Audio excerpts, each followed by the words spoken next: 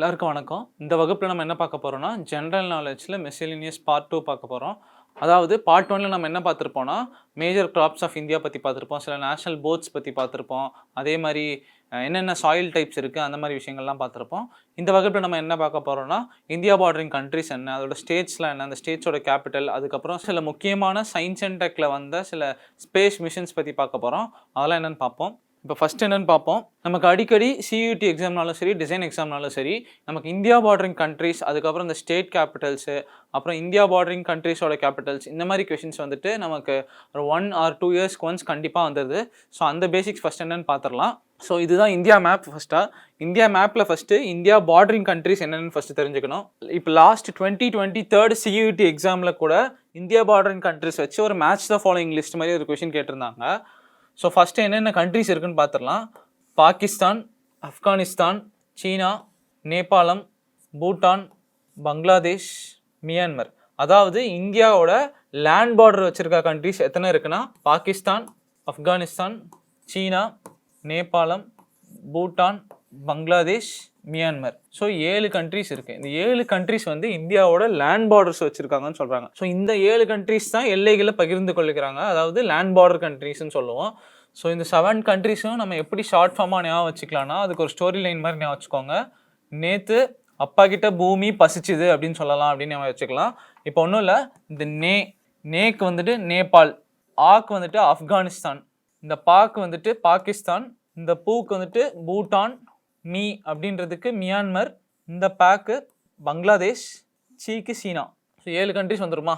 என்னென்னது? நேபாள், நேற்று அப்பா கிட்ட பூமி பசிச்சுது. அப்புறம் ஆப்கானிஸ்தான், ஆப்கான்.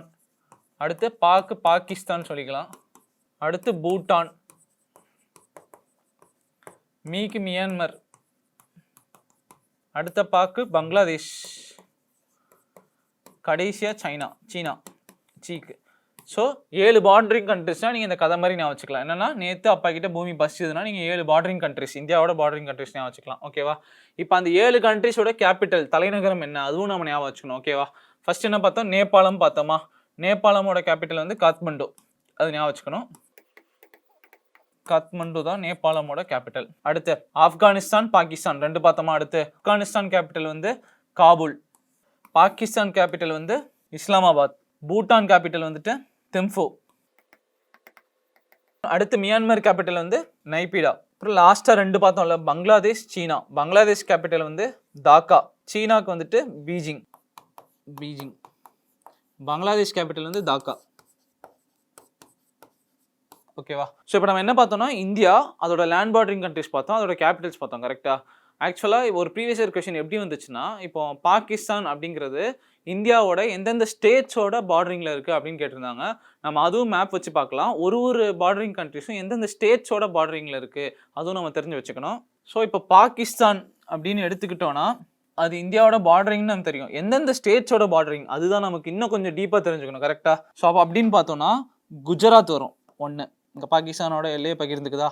அடுத்து ராஜஸ்தான் வரும் 2, அடுத்து பஞ்சாப் வரும் 3, அடுத்து ஜம்மு அண்ட் காஷ்மீர்னு யூனியன் பிரதேசம் ஒன்று இருக்குது, அது 1. மொத்தம் 3 மாநிலங்கள், அப்புறம் ஒரு யூனியன் பிரதேசங்கள். இப்போ நான் ஒரு கேள்வி கேட்குறேன். Indian states that borders Pakistan அப்படின்னா எந்தெந்த இந்திய மாநிலங்கள் வந்து பாகிஸ்தானோட பார்டர் வச்சிருக்குது அப்படின்ட்டு இப்போ தான் நம்ம பார்த்தோம். ஃபர்ஸ்ட் ஒன்று என்ன வரும்?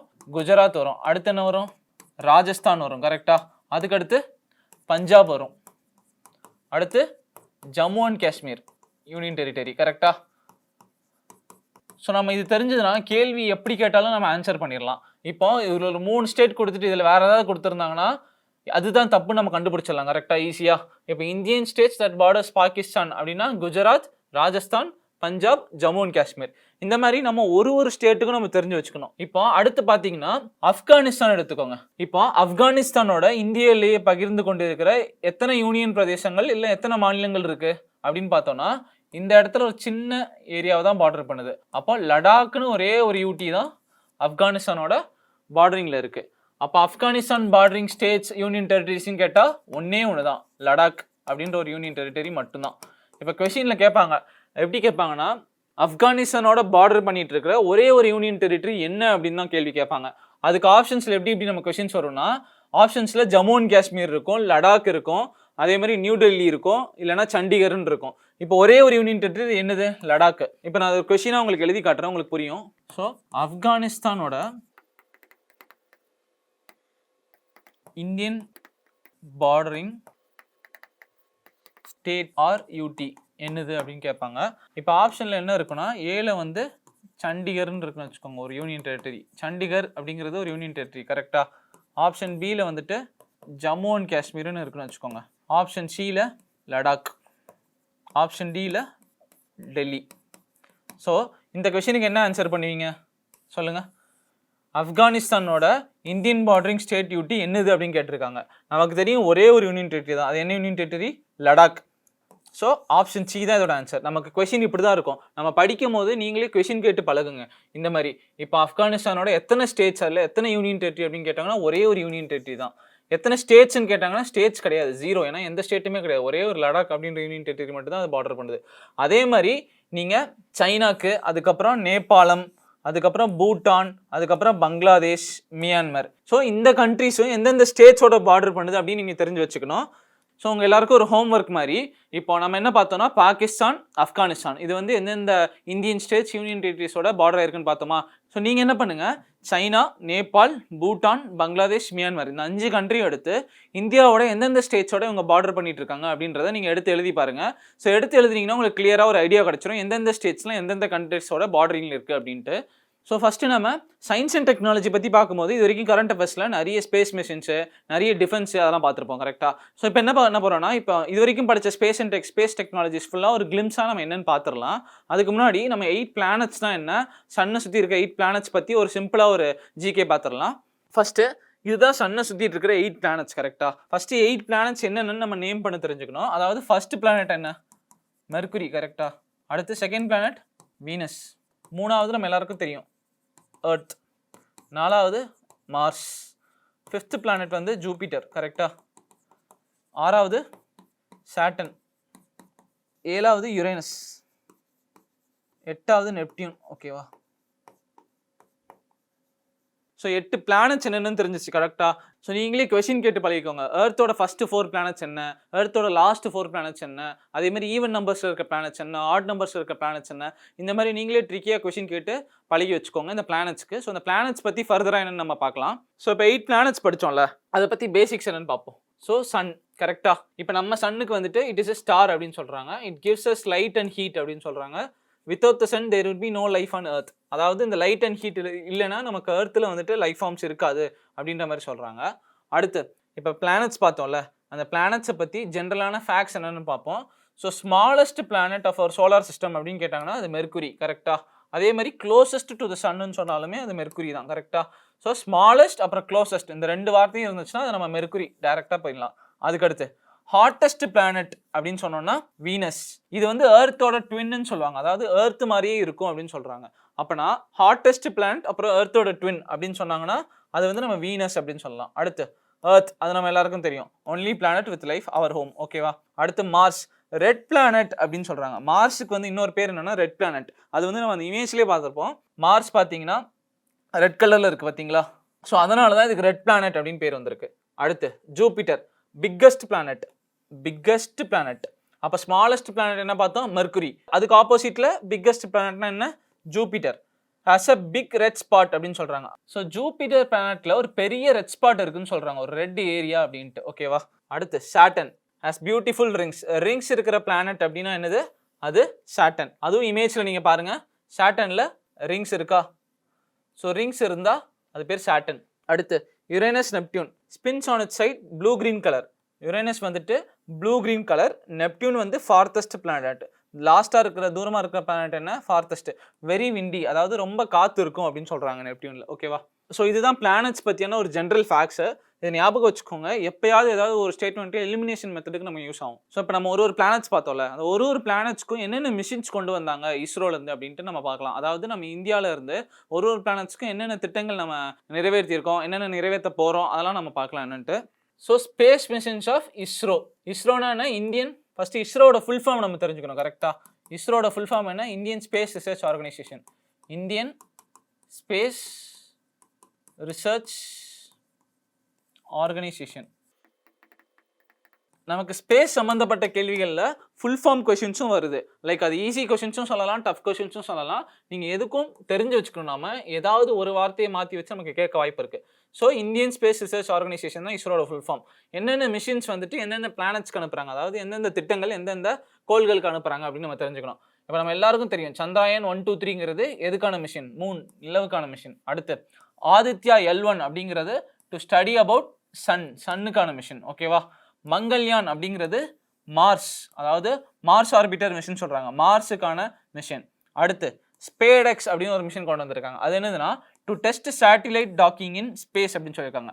ஸ்பேடெக்ஸ் திட்டம் அப்படிங்கிறது என்னன்னா எர்த்துக்கு மேலே வந்துட்டு 2 சேட்டலைட்டை வந்துட்டு ஒரு குறிப்பிட்ட ஸ்பீடில் வந்துட்டு அந்த 2 சேட்டலைட்டையும் ஜாயின் பண்ணி அதை சேர்க்கிற மாதிரி ஒரு புதுசாக எக்ஸ்பெரிமெண்ட் பண்ணுறது தான் டாக்கிங் அப்படின்னு சொல்லுவாங்க. எர்த்தில் 2 சேட்டலைட் வந்துட்டு மேலே சுற்றிட்டு இருக்கும் கரெக்டாக, ஒவ்வொன்றும் ஒரு ஸ்பீடில் சுற்றும். அந்த ஸ்பீடை கண்ட்ரோல் பண்ணி கரெக்டான வேகத்தில் கொண்டு வந்து கரெக்டான இடத்துல வந்து அந்த 2த்தையும் ஜாயின் பண்ணி ஒரு சிங்கிள் ஸ்பேஸ் கிராஃப்டாக மாற்றுறதுக்கு தான் இந்த ஸ்பேஸ் டாக்கிங் எக்ஸ்பெரிமெண்ட் பண்ணுறாங்க. அடுத்து ககன்யான், இது நம்ம எல்லாருமே நியூஸில் படிச்சிருப்போம் கரெக்டாக. India's first indigenous human space flight initiative. So இந்தியாவிலேருந்து ஒரு ஆஸ்ட்ரோனட்ஸ் வந்துட்டு மேலே விண்வெளி கொண்டு வந்துட்டு திருப்பி கீழே கொண்டு வரது தான் இந்த ககன்யான் மிஷினோட திட்டம். இது என்னென்னு டீட்டெயிலாக நம்ம பார்க்கலாம். அடுத்து சுக்ரயான், வீனஸ் ஆர்பிட்டர் மிஷின், அதாவது வீனஸ்க்கான மிஷின் தான் இந்த சுக்ரயான். அடுத்து நாவிக் அப்படின்னு இருக்கு, நேவிகேஷன் வித் இந்தியன் கான்ஸ்டலேஷன், அதாவது ஜிபிஎஸ் கேள்விப்பட்டிருப்பாங்க கரெக்டா. அதே மாதிரி இந்தியாவுக்குன்ட்டு ஏதாவது ஒன்று வேணும்ட்டு தான் அந்த நாவிக் அப்படின்னு கொண்டு வந்திருக்காங்க. இதை வச்சு நம்ம லொக்கேஷன் கண்டுபிடிக்கலாம், எந்தெந்த இடத்துல எந்தெந்த லொக்கேஷன்ஸ் இருக்குது, எந்தெந்த பிளேசஸ் இருக்குது அப்படின்றத இந்த நாவிக் சேட்டலைட்ஸ், அதாவது ஒரு இதில் வந்துட்டு ஒரு 7-8 சேட்டலைட்ஸ் இருக்கும். இந்த 7-8 சேட்டலைட்ஸும் இந்தியாவில் இருக்கிற ஒரு லொக்கேஷனையும் ஐடென்டிஃபை பண்ணுறதுக்கு இந்த சேட்டலைட் சிஸ்டமே யூஸ் பண்ணுவாங்க. ஸோ இதெல்லாம் தான் நம்ம ஒரு என்னென்ன மிஷின்ஸ்லாம் பண்ண போகிறோம் அப்படிங்கிறது. இதில் வந்துட்டு ககன்யான், சுக்ரயான். ககன்யான் வந்து இப்போ இன்னும் ப்ராக்டிஸ் டெஸ்ட் பண்ணிட்டு இருக்காங்க. இதுக்கடுத்து சுக்ரயான் அப்படின்ற ஒரு மிஷின் வரப்போகுது. மீதி எல்லா மிஷின்ஸும் நம்ம லான்ச் பண்ணிட்டோம். இப்போ சக்ஸஸ்ஃபுல்லாக அது போயிட்டு இருக்கு. இப்போ ஒரு மிஷினும் நம்ம என்னென்னு பார்க்கலாம். ஃபர்ஸ்ட்டு சந்திரயான் 3. இது இம்பார்ட்டன்ட் மிஷின் ஆக்சுவலாக. ஏன்னா 2025 TUT எக்ஸாமில் ஒரு கொஷினாக வந்துச்சு. நம்ம அது என்னன்னு பார்ப்போம் அந்த கொஷினை. ஸோ ஃபர்ஸ்ட் சந்திரயான் 3 அப்படின்னா என்ன நம்ம தெரியணும். இது லான்ச் ஆன் எந்த டேட்டில் லான்ச் பண்ணியிருக்காங்க? July 14, 2023. இது எங்கே லான்ச் பண்ணுவாங்கன்னா ஸ்ரீஹரிகோட்டாவில் தான் லான்ச் பண்ணுவாங்க. ஸ்ரீஹரிகோட்டா, ஆந்திர பிரதேஷ். ஓகேவா? இங்கே தான் லான்ச் பண்ணுவாங்க. எப்போவுமே ஆந்திர பிரதேஷில் தான் சேட்டலைட் லான்ச் பண்ணுறதுக்கான ஒரு லான்ச் பேட் இருக்குது. அந்த லான்ச் பேட்லேருந்து தான் சேட்டலைட் லான்ச் பண்ணுவாங்க. தெளிவாக ஞாபகம் வச்சுக்கோங்க இந்த வார்த்தையை. அடுத்து Chandrayaan 3 marked historic achievement for India as it successfully landed near the moon's south pole. நிலவோட தென் துருவத்தில் தான் லான்ச் ஆயிருக்கு அப்படின்னு சொல்கிறாங்க. ஒன்றும் இல்லை, சந்திரயான் 3 வெற்றிகரமாக நிலவின் தென் துருவத்தில் தரையிறங்கி இந்தியா வரலாற்று சாதனையை படைத்தது அப்படின்னு சொல்றாங்க. அதாவது நிலவின் தென் துருவத்தில், இது முக்கியமான வார்த்தை, மூன்ஸ் சவுத் போல், அந்த தென் துருவத்துல தான் சந்திரயான் 3 வந்து லான்ச் ஆயிருக்கு அப்படின்னு சொல்றாங்க. அடுத்து இத்திட்டம் பகுதியில் மென்மையான தரையிறக்கத்தை அடைந்த முதல் நாடாக இந்தியாவை உருவாக்கியது அப்படின்னு சொல்றாங்க. ஒன்றும் இல்லை, this machine mat India first country to achieve a soft landing in this region. எந்த ரீஜன்? மூன்ஸ் சவுத் போல், அதாவது நிலவின் தென் துருவத்தில் முதல்ல சாஃப்ட் லேண்ட் பண்ண கண்ட்ரி இந்தியா அப்படின்ற ஒரு பேர் வந்திருக்கு இந்த திட்டத்தினால அப்படின்னு சொல்றாங்க. அடுத்து which is a great scientific interest due to its permanently shadowed craters that may contain water ice அப்படின்னு சொல்றாங்க. ஒன்றும் இல்லை, எதனால அப்படின்னா அங்கே வந்துட்டு வாட்டர் ஐஸ் இருக்கும் அப்படின்னு சொல்றதுனால தான் இது ஒரு முக்கியமான திட்டம், இது வந்து ஒரு சக்ஸஸ்ஃபுல்லான திட்டம் அப்படின்னு சொல்றாங்க. ஸோ 3 விஷயம் இதில் பார்த்தோம். இது எப்போ லான்ச் பண்ணாங்க? July 14, 2023 ஸ்ரீஹரிகோட்டாவில், ஆந்திர பிரதேஷ் அப்படின்ற ஸ்டேட்ல இருந்தான். அடுத்து எங்கே லான்ச் பண்ணியிருக்காங்க? நிலவோட தென் துருவத்தில். எதனால? ஏன்னா அங்கே வாட்டர் ஐஸ் இருக்கிறதுனால. இந்தியா தான் first country to achieve a soft landing in moon's south pole அப்படின்னு சொல்கிறாங்க. ஓகேவா? ஸோ ஃபர்ஸ்ட் சந்திரயான் 3 அப்படிங்கிறத ஏர்த்லேருந்து மேலே நம்ம விண்வெளிக்கு லான்ச் பண்ணுவோம் கரெக்டாக. அதுக்கப்புறம் அங்கேருந்து கொஞ்சம் கொஞ்சமாக போய் மூனோட ஆர்பிட்டில் சுற்றி அதுக்கப்புறம் மூணில் லேண்ட் ஆயிருக்கு. ஸோ லேண்ட் ஆகிறதுக்கு நமக்கு ஒரு லேண்டர் வேணும். அங்கே லேண்ட் ஆனதுக்கப்புறம் ஒரு கார் மாதிரி ஒன்று யூஸ் பண்ணியிருக்காங்க, ரோவர்னு. அந்த கார் வந்துட்டு மூணை சுற்றி பார்த்து ஃபோட்டோ எடுக்கிறது, சில டெஸ்ட் பண்ணுறது, சில எக்ஸ்பெரிமெண்ட்ஸ் பண்ணுறதுக்குலாம் அந்த ரோவர் யூஸ் பண்ணியிருக்காங்க. அதெல்லாம் என்னென்னு நம்ம பார்க்கலாம். ஸோ இந்த சந்திரயான் 3ல என்னென்ன இருந்திருக்குன்னா, லேண்டர் மூணுலேருந்து நம்ம சுற்றிட்டே இருக்கும் போது மூணுக்குள்ளே இறங்கும் போது ஒரு லேண்டர் வேணும் கரெக்டாக போய் நிற்கிறதுக்கு. கரெக்டாக அந்த லேண்டருக்கு என்ன பேருன்னு சொல்லியிருக்காங்க? விக்ரம் அப்படின்னு சொல்லியிருக்காங்க. அடுத்து ரோவர், அது உள்ள ஒரு அந்த லேண்டர் இறங்கினதுக்கு அப்புறம் அந்த லேண்டர்லேருந்து ஒரு கார் வெளியே வந்து மூணில் என்னென்ன இருக்கு அப்படிங்கிறத நம்ம பார்க்கணும் கரெக்டா. அதாவது டெஸ்ட் பண்ணணும், அங்கே ஐஸ் இருக்கா, இல்லை வாட்டர் இருக்கா, இல்லை அங்கே காற்று எப்படி இருக்கு, அந்த மாதிரி விஷயங்கள்லாம் பார்க்கணும். அதுக்கு வந்துட்டு ஒரு கார் யூஸ் பண்ணுறாங்க, அதுதான் அந்த ரோவர். ரோவருங்கிறது ஒன்றும் இல்லை, அது ஒரு கார் ஆக்சுவலாக. அதுக்கு பேர் என்ன? Pragyan. successfully explored the surface conducting thermal, seismic and chemical analysis. அதாவது தெர்மல்னா ஹீட், சீஸ்மிக்னா அங்கே வந்துட்டு earthquake நடக்குதா, நிலநடுக்கம்லாம் இருக்கா மூணில் அப்படிங்கிறது, அப்புறம் கெமிக்கல் அனாலிசிஸ்னா மண்ணில் என்னென்னலாம் இருக்குது அப்படிங்கிறத பார்க்கறதுக்கு தான் இந்த ரோவர் லேண்டர் அமைச்சிருக்காங்க அப்படின்னு சொல்கிறாங்க. ஸோ லேண்டர் பேர் வந்து விக்ரம், ரோவர் பேர் வந்து பிரக்யான். அடுத்து Chandrayaan 3 made India the first country to land on the lunar south pole. இப்போ தானே பார்த்தோம், மூனோட சவுத் போலில் ஃபர்ஸ்ட் கண்ட்ரி டு லேண்ட் அப்படின்னா அது சந்திராயன் 3 அப்படின்னு சொல்றாங்க. And further scientific knowledge of lunar soil and environment, அதாவது மூணில் இருக்க சாயிலை டெஸ்ட் பண்ணுறதுக்கு, எக்ஸ்பெரிமெண்ட் பண்ணுறதுக்கு இந்த மிஷின் யூஸ் ஆகுது அப்படின்னு சொல்கிறாங்க. First country to land, soft land, அதாவது மெதுவாக போய் லேண்ட் பண்ணுறதுல ஃபர்ஸ்ட் கண்ட்ரி இந்தியா தான் அப்படின்ற மாதிரி பேர் வந்திருக்கு. இது பேஸ்டான ஒரு கொஸ்டின் பார்க்கலாம். இந்த கொஸ்டின் வந்து சியூடியில் வந்துட்டு 2025 வந்துச்சு, பிவைக்கு. ஓகேவா, இதை மற்ற எக்ஸாம்ஸ் படிக்கிறவங்களும் இந்த கொஸ்டின் தெரிஞ்சுக்கோங்க. இது உங்களுக்கு ஒரு ப்ராக்டிஸ் கொஸ்டின்ஸ் மாதிரி. இந்த மாதிரியான டைப் கொஸ்டின்ஸ் வந்துட்டு கொஞ்சம் டீட்டெயில்டாக கேட்டிருப்பாங்க பாருங்களேன். இந்த கொஸ்டின் என்னன்னா, which of the following statement is incorrect, அதாவது தப்பு, ரிகார்டிங் சந்திராயன் 3. சந்திராயன் பற்றி கீழே கொடுத்துருக்க 4 லைனில் எது தப்பு அப்படின்னு கேட்குறாங்க. கரெக்டாக ஃபர்ஸ்ட் ஸ்டேட்மெண்ட் என்ன, launched from Vikram Sarabhai space centre on July 14, 2023 சொல்லியிருக்காங்க. நம்ம இது லான்ச் டேட் ஜூலை 14, 2023, அது தெரியும் கரெக்டாக. விக்ரம் சாராபாய் ஸ்பேஸ் சென்டர்னு சொல்கிறாங்க, அது கரெக்டாக நம்ம தெரியணும், பார்ப்போம். ரெண்டாவது ஸ்டேட்மெண்ட் என்ன கொடுத்துருக்கான், India became the 4th country to land on the moon அப்படின்னு சொல்லியிருக்காங்க. ஓகே, இது ஒன்று. அடுத்த statement, it consist of a lunar lander named Vikram and rover, அதோட பேர் என்னது, நேம்டு பிரக்யான் அப்படின்னு சொல்கிறாங்க. இந்த ஸ்டேட்மெண்ட் கரெக்ட், இது நம்ம பார்த்தோம் கரெக்டாக. அடுத்து, it became the first mission to land near the lunar south pole அப்படின்னு சொல்கிறாங்க. இந்தியா தான் லூனார் சவுத் போல், மூனோட தென் துருவத்தில் ஃபஸ்ட்டு சாஃப்ட் லேண்ட் பண்ண கண்ட்ரி அப்படின்னு நம்ம படித்தோம் கரெக்டாக. ஸோ 4th ஒன்றும் கரெக்டு. ஸோ எது தப்புன்னு தான் நம்ம தெரியும் கரெக்டாக. இப்போ 3 and 4 எலிமினேட் பண்ணிடலாம். அப்போ 1 and 2 தான் ஏதோ ஒன்று கரெக்டாக. இப்போ ஒன்றும் இல்லை, launched from Vikram Sarabhai space centre அப்படிங்கிறது விக்ரம் சாராபாய் ஸ்பேஸ் சென்டர் கிடையாது. 2 வந்துட்டு India became the 4th country to land on the moon. ஆமாம் கரெக்ட், ஏன்னா 4th country தான் நாம, அதாவது நிலவோட தென் துருவத்தில் ஃபர்ஸ்ட்டாக லேண்ட் பண்ணது இந்தியா, ஆனால் நிலவிலே லேண்ட் பண்ணது நம்ம 4வது கண்ட்ரி அப்படின்னு தான் நமக்கு தெரியும். அது ஒரு ஃபேக்ட் ஆக்சுவலாக. ஸோ இதுவும் கரெக்ட்.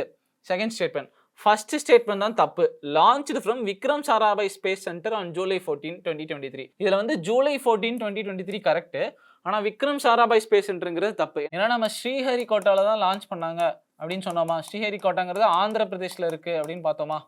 அந்த சென்டர் பேர் வந்து Satish Dhawan space Centre. So அப்போ ஃபர்ஸ்ட் ஸ்டேட்மெண்ட் கரெக்டாக தப்பா? தப்பு கரெக்டாக. விக்ரம் சாராபாய் ஸ்பேஸ் சென்டருங்கிறது தப்பு, சதீஷ் தவான் ஸ்பேஸ் சென்டர் தான். அந்த ஸ்ரீஹரிகோட்டாலேருந்து லான்ச் பண்ணாங்கன்னா அந்த ஸ்பேஸ் சென்டர் பேர் வந்து சதீஷ் தவான் ஸ்பேஸ் சென்டர். அப்போ இந்த விக்ரம் சாராபாய் ஸ்பேஸ் சென்டருங்கிறது எங்கே இருக்குது அப்படிங்கிறது நீங்கள் தேடி பார்த்து சொல்லுங்கள். அதாவது இதுவும் இஸ்ரோவோட ஒரு சென்டர் தான், அது எந்த ஸ்டேட்டில் இருக்குது அப்படிங்கிறது நீங்கள் தேடி கண்டுபிடிச்சி கமெண்ட்டில் சொல்லுங்கள். ஸோ இதில் ஃபஸ்ட்டு ஸ்டேட்மெண்ட் தான் தப்பு. Which of the following statement is incorrect for Chandrayaan 3 அப்படின்னு பார்த்தோம்னா, launched from Vikram Sarabhai space சென்டர்னு கொடுத்துருக்கான், அது தப்பு. சதீஷ் தவான் ஸ்பேஸ் சென்டர், ஆனால் டேட் கரெக்ட், ஜூலை 14, 2023. ஸோ இது ஒரு ப்ரீவியஸ் இயர் கொஸ்டின். மற்ற எக்ஸாம்ஸ் ப்ரிப்பேர் பண்ணுறவங்களும் இந்த மாதிரியான டைப் கொஸ்டின்ஸ்க்கும் நீங்கள் ரெடியாக இருக்கணும். கொஸ்டின்ஸ் எப்படி வேணா வரும், நமக்கு டேரக்டான கொஸ்டின்ஸ் எப்பவுமே வராது. இந்த மாதிரி சில டஃப் கொஸ்டின்ஸும் இருக்கும். அடுத்த மிஷின் என்ன, மங்கள்யான். மங்கள்யான்னா மார்ஸ் ஆர்பிட்டர் மிஷின். மார்ஸ்ன்ற ஒரு பிளானட்டுக்கு அனுப்பப்பட்ட மிஷின் தான் இந்த மங்கள்யான். இந்த மங்கள்யான் மிஷின் வந்து என்ன பண்ணுது அப்படின்னு பார்த்தோம்னா, இந்தியாஸ் ஃபர்ஸ்ட் இன்டர்பிளானட்டரி மிஷின், அதாவது வேற்றுக்கோளுக்கு, அதாவது இன்னொரு பிளானட்டுக்கு அனுப்பப்பட்ட முதல் மிஷின் தான் அது இந்த மங்கள்யான் மிஷின் தான். ஃபர்ஸ்ட் வேற ஏதோ ஒரு பிளானட்டை நம்ம போய் ஒரு ஸ்டடி பண்ணணும் அப்படின்னு நம்ம எடுத்தது வந்துட்டு மார்ஸ் அப்படிங்கிறது தான். அந்த பிளானட்டை ஸ்டடி பண்ணுறதுக்கு தான் மங்கள்யான் அப்படின்னு ஒரு மிஷின் அமைச்சிருக்கோம். Was launched onboard PSLV C25 அப்படின்னு சொல்கிறாங்க. இதுதான் அந்த ராக்கெட்டோட பேரு, நம்பர். PSLV அப்படின்னா அதோட ஃபுல் ஃபார்ம் என்னன்னா, போலார் சேட்டிலைட் லான்ச் வெஹிக்கிள். இதுதான் PSLV ராக்கெட்டோட ஃபுல் ஃபார்ம். இது ஒரு ராக்கெட், அவ்வளோதான். அடுத்து இந்த மாதிரி நிறைய ராக்கெட்ஸ் இருக்குது. PSLV மாதிரி SSLVன்னு இருக்குது, GSLVன்னு இருக்குது. SSLV வந்து small satellite launch vehicle, GSLV வந்து geostationary launch vehicle. So இந்த மங்கள்யான் மிஷின் வந்து PSLV ராக்கெட் யூஸ் பண்ணி தான் லான்ச் பண்ணியிருக்காங்க அப்படின்னு சொல்கிறாங்க. அடுத்து எப்போ லான்ச் பண்ணியிருக்காங்க, November 5, 2013 லான்ச் பண்ணியிருக்காங்க. டேட் முக்கியம், டேட் ஞாபகம் வச்சுக்கோங்க. ISRO has became the 4th space agency to successfully send a spacecraft to Mars orbit அப்படின்னு சொல்றாங்க. இந்தியா தான் மார்ஸை சுற்றி இருக்கிற வட்டப்பாதையில் அனுப்புன ஒரு 4வது கண்ட்ரி, அதாவது சேட்டலைட் அனுப்புன ஒரு 4வது கண்ட்ரி அப்படின்னு சொல்றாங்க. ஸோ இதுதான் மங்கள்யான் பற்றி. ஸோ அடுத்து, though the designed mission life is 6 months, Mangalyaan MOMனா மங்கள்யான் ஆர்பிட்டர் மிஷின். இந்த Mangalyaan mission completed 7 years in its orbit on September 2024, 2021. அதாவது மங்கள்யான் மிஷனுங்கிறது 6 monthsக்கு தான் பிளான் பண்ணியிருக்காங்க. அதுக்கப்புறம் பார்த்தோம்னா அது 7 வருஷத்துக்கு ஒர்க் பண்ணியிருக்கு அப்படின்னு சொல்கிறாங்க. அதுதான் அந்த ஸ்டேட்மெண்ட். அடுத்து இந்த Mangalyaan spacecraft successfully entered Mars orbit on September 23, 2014 அப்படின்னு சொல்கிறாங்க. அதாவது 5 நவம்பர் 2013 வந்துட்டு லான்ச் பண்ணியிருக்காங்க. அதுக்கப்புறம் மார்ஸோட சுற்றுவட்ட பாதையில் எப்போ போய் வந்திருக்குன்னா 23 செப்டம்பர் 2014. இது நீங்கள் ஞாபகம் வச்சுக்கணும். இது கன்ஃபியூஸ் பண்ணுற மாதிரி இதுலேருந்து கொஷின்ஸ் வரும். Making ISRO only the first Asian and the 4th country in the world to do so and it achieved this feat with unparalleled cost effectiveness அப்படின்னு சொல்கிறாங்க. அதாவது காசு கம்மியாக செலவு பண்ணி இந்த மார்ஸ் மிஷினை நம்ம லான்ச் பண்ணியிருக்கோம். ஏஷியாலே நம்ம தான் ஃபர்ஸ்ட் கண்ட்ரி, வேர்ல்டுலே 4th country to launch spacecraft to Mars. அதாவது மார்ஸுக்கு ஒரு விண்கலத்தை அனுப்பின ஃபர்ஸ்ட் ஏஷியன் கண்ட்ரி, உலக லெவலில் ஒரு 4வது கண்ட்ரியும் நாம தான் அப்படின்னு சொல்கிறாங்க. ஸோ இது பெஸ்ட்டு உங்களுக்கு கொஸ்டின்ஸ் வரும். இது நீங்கள் இன்டீட்டெயிலாக படித்து வச்சுக்கோங்க.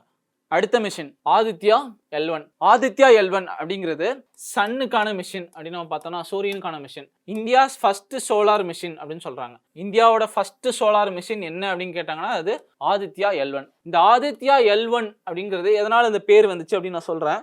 was launched in எந்த வருஷம் 2023 and aimed at studying the sun from an orbit around the sun earth Lagrangian point 1 அப்படின்னு சொல்றாங்க. எர்த்துக்கும் சன்னுக்கும் நடுவில் Lagrangian point 1 அப்படின்னு இருக்கு. அதாவது ஒரு இடம், அது Lagrangian point, அது ஒரு பாயிண்ட், அது ஒரு பகுதி. அந்த இடத்துல தான் இந்த ஆதித்யா L1 அப்படின்ற ஒரு ஸ்பேஸ் கிராஃப்டை வச்சு சன்னை பற்றி நம்ம படிக்கிறோம் அப்படின்னு சொல்கிறாங்க. சன்னை பற்றி நம்ம எக்ஸ்பெரிமெண்ட்ஸ் பண்ணலாம் அப்படின்ற மாதிரி. ஸோ அதனால தான் இதுக்கு ஆதித்யா L1 அப்படின்னு பேர் வந்துச்சு. இந்த L1 அப்படிங்கிறது 1.5 மில்லியன் கிலோமீட்டர்ஸ் ஃப்ரம் எர்த், அவ்வளோ தூரத்தில் இருக்குது அப்படின்னு சொல்கிறாங்க. L1 அப்படிங்கிறது எர்த்லேருந்து எவ்வளோ தூரத்தில் இருக்குது? 1.5 மில்லியன் கிலோமீட்டர்ஸ். இதுவும் நம்ம நோட் பண்ணி வச்சுக்கணும். ஓகேவா? இப்போ இந்த L1 அப்படின்னா என்ன அப்படின்னு நான் சொல்கிறேன். இப்போ இதுதான் சன்னு, கரெக்டா? இது எர்த். L1 எங்கே இருக்குன்னு நீங்கள் கண்டுபிடிக்கலாம் பாருங்கள். L1 இங்கே இருக்கா? இங்கே தான் இந்த ஆதித்யா L1 ஸ்பேஸ் கிராஃப்டை வைக்கிறாங்க. ஸோ இங்கே வச்சு தான் சன்னை பற்றி ரீட் பண்ணுறாங்க. ஓகேவா? இந்த L1க்கும் எர்த்துக்கும் எவ்வளோ kilometre distance? 1.5 million kilometre distance. So Aditya L1 அப்படிங்கிறது L1 அப்படின்ற ஒரு இடத்துல தான் இருக்குது. அப்போ இதே மாதிரி எத்தனை பாயிண்ட்ஸ் இருக்குது பாருங்கள்.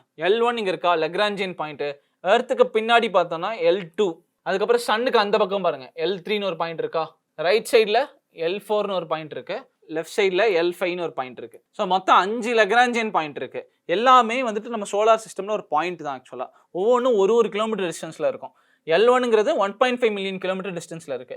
அங்கே வந்துட்டு ஆதித்யா L1 அப்படின்ற ஒரு ஸ்பேஸ் கிராஃப்டை வச்சு சன்னை பற்றி நம்ம படிக்கிறோம். சன்னை பற்றி ஏதாவது ஒரு எக்ஸ்பெரிமெண்ட்ஸ் பண்ணணும்னா சன்னை பற்றி என்னன்னு தெரிஞ்சுக்கிறதுக்கு இந்த மிஷினை கொண்டு வந்து அனுப்பிச்சிருக்காங்க. ஸோ இதுதான் ஆதித்யா L1 பற்றி. இப்போ ஒரு கொஸ்டின் காட்டுறேன்.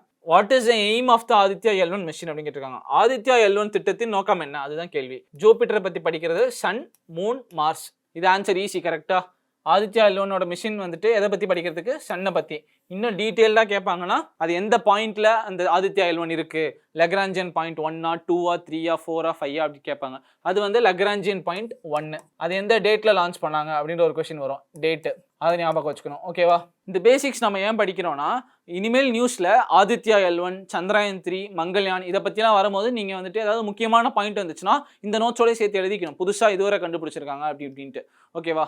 ஸோ அடுத்து என்னன்னு பார்ப்போம். Axiom 4 machine. இது வந்துட்டு நம்ம நியூஸில் அடிக்கடி பார்த்துருப்போம். ஸோ என்னது இந்த ஆக்சியம் 4 மிஷின்னா என்னன்னா, இந்த ஆக்சியம் 4 மிஷின் வந்து எதுக்குன்னா இன்டர்நேஷ்னல் ஸ்பேஸ் ஸ்டேஷனுக்கு மனுஷங்களை அனுப்புறதுக்கு தான் இந்த மிஷின் அப்படின்னு சொல்கிறாங்க. ஸோ இந்த மிஷின் பற்றி என்னன்னு பார்ப்போம். இந்த mission is a collaboration between யாருக்கு? ஆக்சியம் ஸ்பேஸ் அப்படின்னு ஒரு பிரைவேட் கம்பெனி, அவங்க, அடுத்து National Aeronautics and Space Administration, நாசானா அமெரிக்கா அந்த கண்ட்ரியோடது, அடுத்து Indian space research Organisation ISRO இந்தியாவோடது, அப்புறம் யூரோப்பியன் ஸ்பேஸ் ஏஜென்சி ESA யூரோப்போடது. ஸோ இந்த கண்ட்ரிஸ் இந்த கம்பெனிஸ்லாம் இந்த ஆக்சியம் 4 மிஷின் அப்படின்ற ஒரு மிஷினை ஆஸ்ட்ரோநாட்ஸை வச்சு இன்டர்நேஷனல் ஸ்பேஸ் ஸ்டேஷனுக்கு அனுப்பியிருக்காங்க. இன்டர்நேஷனல் ஸ்பேஸ் ஸ்டேஷனில் போய் அவங்க என்ன பண்ணுவாங்க அப்படின்னு பார்த்தோன்னா, the crew members will spend 14 days. எத்தனை நாள்? 14 நாள் இந்த இன்டர்நேஷனல் ஸ்பேஸ் ஸ்டேஷனில் போய் இருந்துட்டு on board the ISS conducting என்னென்ன experiments? Microgravity research, technology demonstrations and outreach engagements. அதாவது சில எக்ஸ்பெரிமெண்ட்ஸ் அப்புறம் மைக்ரோகிராவிட்டி ரிசர்ச்லாம் பண்ணிட்டு வருவாங்க அப்படின்ற மாதிரி சொல்கிறாங்க. எத்தனை நாளைக்கு? 14 டேஸ்க்கு. ஸோ ஆக்சியம் 4 மிஷினுங்கிறது ஒன்றும் இல்லை, இங்கேருந்து ஆஸ்ட்ரோநாட்ஸை இன்டர்நேஷனல் ஸ்பேஸ் ஸ்டேஷனுக்கு அனுப்பி அங்கே சில எக்ஸ்பெரிமெண்ட்ஸ் பண்ண வச்சுட்டு அதுக்கப்புறம் திருப்பி ரிட்டர்ன் கொண்டு வரது தான். ஆனால் அவங்க அங்கே எத்தனை நாள் இருப்பாங்க? 14 டேஸ் இருப்பாங்க அப்படின்னு சொல்கிறாங்க. ஸோ அதுதான் அதோட முக்கியமானது. 14 டேஸ் இருப்பாங்க. எந்தெந்த கண்ட்ரீஸ்லாம் இருக்குது? ஆக்சியம் ஸ்பேஸ் அப்படின்ற ஒரு ப்ரைவேட் கம்பெனி இருக்குது, நாசா, இஸ்ரோ, அப்புறம் யூரோப் ஸ்பேஸ் ஏஜென்சி, இந்த ஏஜென்சிஸ்லாம் கூட ஒர்க் பண்ணுறாங்க. இதெல்லாம் தான் சில முக்கியமான பாயிண்ட்ஸ். அடுத்து அதில் வந்துட்டு 4 க்ரூ மெம்பர்ஸ் இருப்பாங்க அப்படின்னு சொன்னாங்க. கரெக்டாக இதில் எத்தனை க்ரூ மெம்பர்ஸ் இருப்பாங்க? 4. அவங்க யார் யார் அப்படின்றத நம்ம தெரிஞ்சு வச்சுக்கணும். ஒருத்தர் வந்து பெகி விட்சன், அவர் வந்து அமெரிக்கா நாட்டை சார்ந்தவர். அடுத்து சுபன்சு சுக்லா, அது நம்ம எல்லாருக்கும் தெரியும். கரெக்டாக அவர் இந்தியா நாட்டை சேர்ந்தவர். அடுத்து ஸ்லவோ சுஸ்னான்ஸ்கி அப்படின்றவர் போலாண்டை சேர்ந்தவர். அடுத்து டிபோர் கப்பு அப்படிங்கிறது ஹங்கேரி நாட்டை சேர்ந்தவர். ஸோ எந்தெந்த நாடுகளை சேர்ந்தவங்களாம் இந்த ஆக்சியம் 4 மிஷினில் பயணிச்சிருக்காங்க அப்படின்ற ஒரு கேள்வியும் உங்களுக்கு வரும். America, India, Poland, Hungary. ஓகேவா? ஸோ அவங்க பேரும் நீங்கள் ஞாபகம் வச்சுக்கோங்க. பெகி விட்சன், சுபன்சு சுக்லா, ஸ்லவோ சுஸ்னான்ஸ்கி, அடுத்து டிபோர் கப்பு. ஸோ யார் யார் அப்படின்ட்டு. ஸோ ஆக்சியம் 4 மிஷின் அப்படின்ட்டு எதுக்கு இதுக்கு பேர் வந்துச்சுன்னா, this will be Axiom space 4th machine அப்படின்னு சொல்கிறாங்க. அப்போ இதுக்கு முன்னாடி ஆக்சியம் 1, 2, 3 அப்படின்னு ஒன்று லான்ச் பண்ணியிருக்காங்க. இது வந்து 4வது திட்டம், அதனால ஆக்சியம் 4 மிஷின் AX4 அப்படின்னு பேர் வச்சிருக்காங்க. ஓகேவா? அதனால தான் அதுக்கு பேர் அப்படி. இந்த மிஷின் வந்து எங்கேருந்து லான்ச் பண்ணியிருக்காங்க? இந்த மிஷின் launch from the Kennedy Space சென்டர்னு சொல்கிறாங்க. இது எந்த ஊரில் இருக்குன்னா, இன் ஃப்ளோரிடா, அதாவது அமெரிக்காவில் இருக்குது. ஓகேவா? அமெரிக்காவில் ஒரு ராக்கெட் லான்ச் பண்ணுற ஏரியா தான் கெனடி ஸ்பேஸ் சென்டர். அந்த சென்டர் இருந்து தான் அதை லான்ச் பண்ணியிருக்காங்க. Using space X falcon 9 rocket, அதாவது ஃபால்கான் 9 அப்படின்ற ஒரு ராக்கெட்டை யூஸ் பண்ணி கெனடி ஸ்பேஸ் சென்டர்லேருந்து இதை லான்ச் பண்ணியிருக்காங்க அப்படின்னு சொல்கிறாங்க. அவ்வளோதான். ஸோ இதெல்லாம் தான் ஆக்சியம் 4 பற்றி சில முக்கியமான விஷயங்கள். இப்போ இந்த ஆக்சியம் 4 மிஷின் வந்து இன்டர்நேஷனல் ஸ்பேஸ் ஸ்டேஷனுக்கு வந்துட்டு மனிதர்களை அனுப்பி அங்கே சில எக்ஸ்பெரிமெண்ட்ஸ் பண்ணுவாங்க அப்படின்னு சொன்னால் தெரியுமா? அப்போ இன்டர்நேஷனல் ஸ்பேஸ் ஸ்டேஷன் என்ன, அதை பற்றி நம்ம தெரிஞ்சுக்கணும். கரெக்டாக அது என்னன்னு பார்ப்போம் வாங்க. ஸோ சர்வதேச விண்வெளி நிலையம் பற்றி இன்டர்நேஷனல் ஸ்பேஸ் ஸ்டேஷன் அப்படின்னா என்னன்னா, இது வந்து 370 முதல் 460 கிலோமீட்டர் உயரத்தில் பூமியை குறைந்த சுற்றுப்பாதையில் செயல்படக்கூடிய செயற்கைக்கோள் ஆகும் அப்படின்னு சொல்கிறாங்க. ஸோ இன்டர்நேஷ்னல் ஸ்பேஸ் ஸ்டேஷன்னா அது ஒரு செயற்கைக்கோள் தான். பூமியிலேருந்து எவ்வளோ உயரம்? 370 முதல் 420 கிலோமீட்டர் உயரத்தில் வந்துட்டு பூமியை வந்து சுற்றி வருது அப்படின்னு சொல்கிறாங்க. அடுத்து ஐஎஸ்எஸ்ஸின் முக்கிய கூட்டணிகள், எந்தெந்த நிறுவனங்கள், எந்தெந்த நாடுகள் வந்து ஐஎஸ்எஸ்ஸை வந்துட்டு மேனேஜ் பண்ணிட்டு வராங்க, மெயின்டைன் பண்ணிட்டு வராங்க அப்படின்னு பார்த்தோம்னா, ஐரோப்பிய நாடுகள். இப்போ தானே பார்த்தோம், யூரோப்பியன் ஸ்பேஸ் ஏஜென்சி, ஐரோப்பிய விண்வெளி நிறுவனம் ESA. அடுத்து அமெரிக்கா, அதாவது தேசிய வானூர்தி மற்றும் விண்வெளி நிர்வாகம், அதாவது நாசா. அப்புறம் ஜப்பான் விண்வெளி ஆய்வு நிறுவனம் JAXA. அடுத்து கனடா, கனடிய விண்வெளி நிறுவனம் CSA. அடுத்து ரஷ்யா, ராஸ்காஸ்மஸ்ன்னு சொல்லுவாங்க. எந்தெந்த நாடுகள் இருக்கு? ஐரோப்பிய நாடுகள், அதுக்கப்புறம் அமெரிக்கா, ஜப்பான், கனடா, ரஷ்யா. இதில் இந்தியா இருக்கா அப்படின்னு கேட்டோம்னா, ISSல இந்தியாவும் ஒரு கூட்டணியா அப்படின்னு கேட்டோம்னா நோ, கிடையாது. ஓகேவா? நல்லா ஞாபகம் வச்சுக்கோங்க. ISSல இந்தியா வந்துட்டு ஒரு மெம்பர் கிடையாது, கூட்டணி கிடையாது. அடுத்து இந்த நிலையத்தின் முதல் கூறு 1998ஆம் ஆண்டு சுற்றுப்பாதையில் ஏவப்பட்டது. எப்போ இந்த ISSங்கிறத ஒரு ஃபர்ஸ்ட் லான்ச் பண்ணாங்க அப்படின்னா 1998ஆம் ஆண்டு. அடுத்து என்னன்னா, இது குறைஞ்சபட்சம் 2030 வரை ஒரு வெளித்தள மையமாக தொடரும் அப்படின்னு சொல்றாங்க. ஸ்பேஸ்ல வந்துட்டு ஒரு 2030 வரைக்கும் இந்த இன்டர்நேஷனல் ஸ்பேஸ் ஸ்டேஷனை வச்சு நம்ம ஒர்க் பண்ணலாம் அப்படின்ற மாதிரி சொல்றாங்க.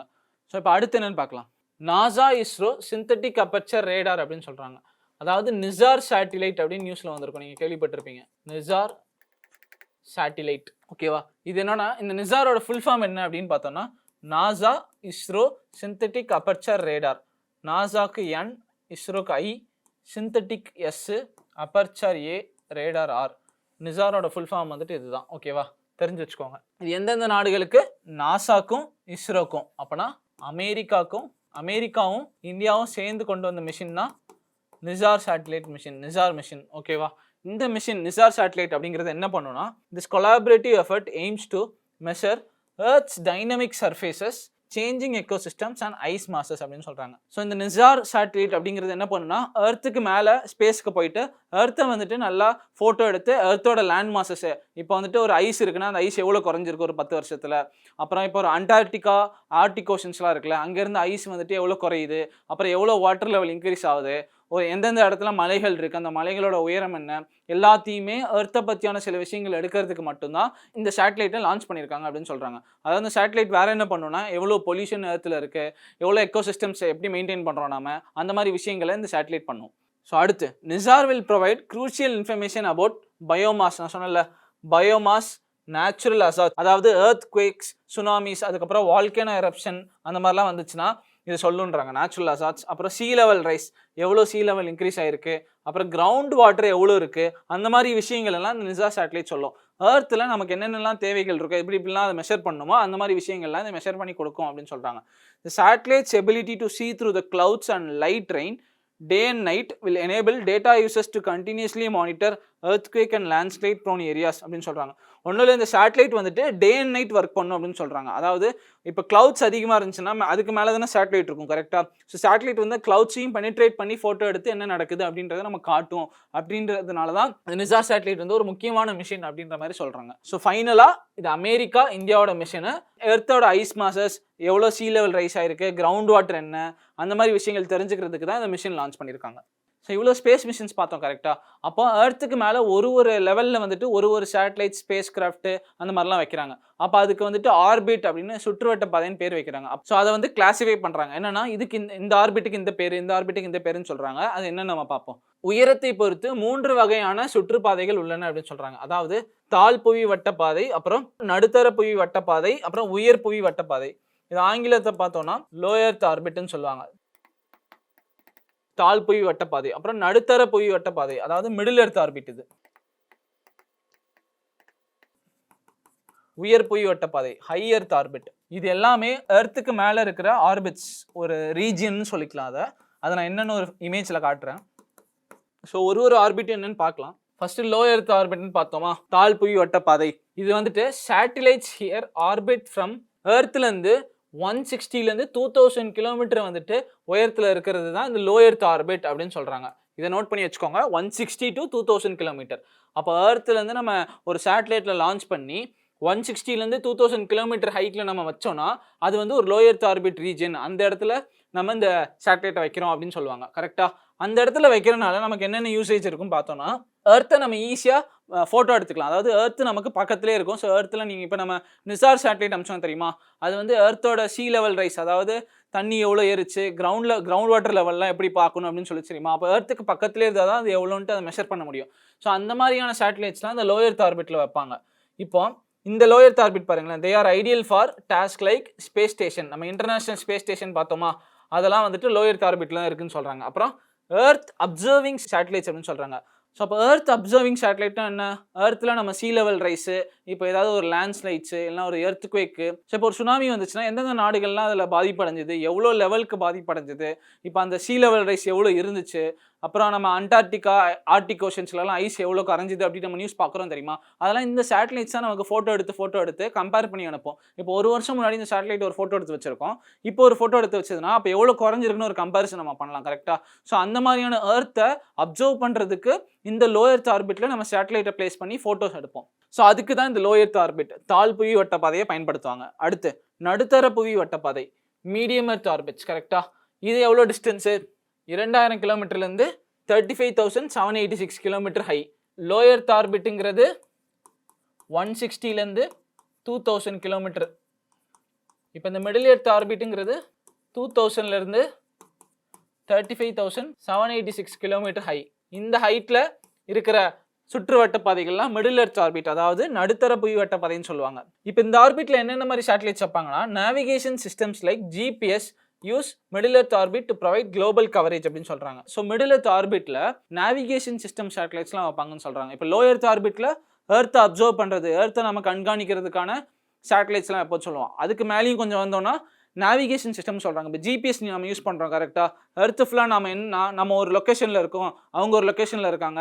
இப்போ நம்ம ஒரு இடத்துக்கு போனோம்னா அது எந்த லொக்கேஷனில் இருக்குன்னு நம்ம பார்க்குறோம், கரெக்டாக? அந்த மாதிரி விஷயங்கள் எல்லாம் ஸோ இந்த ஆர்பிட்டில் சில சேட்டலைட்ஸ் வச்சு லொக்கேஷன் கண்டுபிடிக்கிறது, ஒரு லேண்ட்மார்க்கை வந்துட்டு எங்கெங்கே இருக்குதுன்னு பார்க்கறதுக்கு இந்த ஆர்பிட்ஸில் சேட்டலைட்ஸ் நிறைய வைப்பாங்க. அடுத்து high earth orbit. High earth ஆர்பிட்னா உயர் புவி வட்டப்பாதை. ஃபர்ஸ்ட் லோ எர்த் ஆர்பிட்டுங்கிறது 160 to 2000. அடுத்து மிடில் எர்த் ஆர்பிட்டுங்கிறது 2000 to 35,786. இதுக்கப்புறம் இருக்கிறது எல்லாமே ஹை எர்த் ஆர்பிட்னு சொல்லுவாங்க. அதுதான் so orbits above middle earth and low earth orbit including highly elliptical orbits. இதை ஒரு இமேஜில் காட்டுறேன். இந்த இமேஜ் பாருங்க, எல்இஓ அப்படிங்கிறது லோ எர்த் ஆர்பிட், எம்இஓ அப்படிங்கிறது மிடில் எர்த் ஆர்பிட், இது ஃபர்ஸ்ட்ல இருக்கும். அதுக்கடுத்து இது ஹை எர்த் ஆர்பிட் பாருங்க, மூணாவது. ஸோ இதுதான் இந்த 3 ஆர்பிட்ஸ். எல்இஓங்கிறது சேட்டலைட் எவ்வளோ பக்கத்தில் இருக்குன்னு பாருங்க எர்த்துக்கு.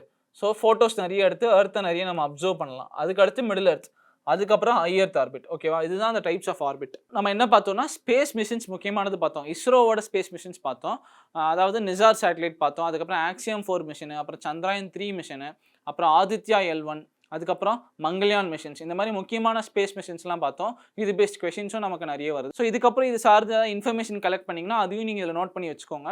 நமக்கு கொஷின்ஸ் இதை தாண்டி வரப்போகிறது இல்லை ஸ்பேஸ் அண்ட் டெக்னாலஜியில். அதேமாதிரி இந்தியா பார்டரிங் கண்ட்ரிஸ்னு ஒன்று பார்த்தோம், அதுவும் நீங்கள் பார்த்து வச்சுக்கோங்க. அதேமாதிரி இந்தியா பார்டரிங் கண்ட்ரீஸில் எந்தெந்த கண்ட்ரீஸ்லாம் வந்துட்டு ஸ்டேட்ஸோட பார்டர் பண்ணுது அப்படின்ற மாதிரி ஹோம்ஒர்க் கேட்டேன். அது தேடி எடுத்து பாருங்கள். இது ஒரு ப்ரீவியஸ் இயர் கொஷின். ஸோ அது கன்ஃபார்மாக தேடி எடுத்து பாருங்கள். ஸோ அடுத்த வீடியோவில் நம்ம என்னென்னு பார்க்கலாம். தேங்க்யூ.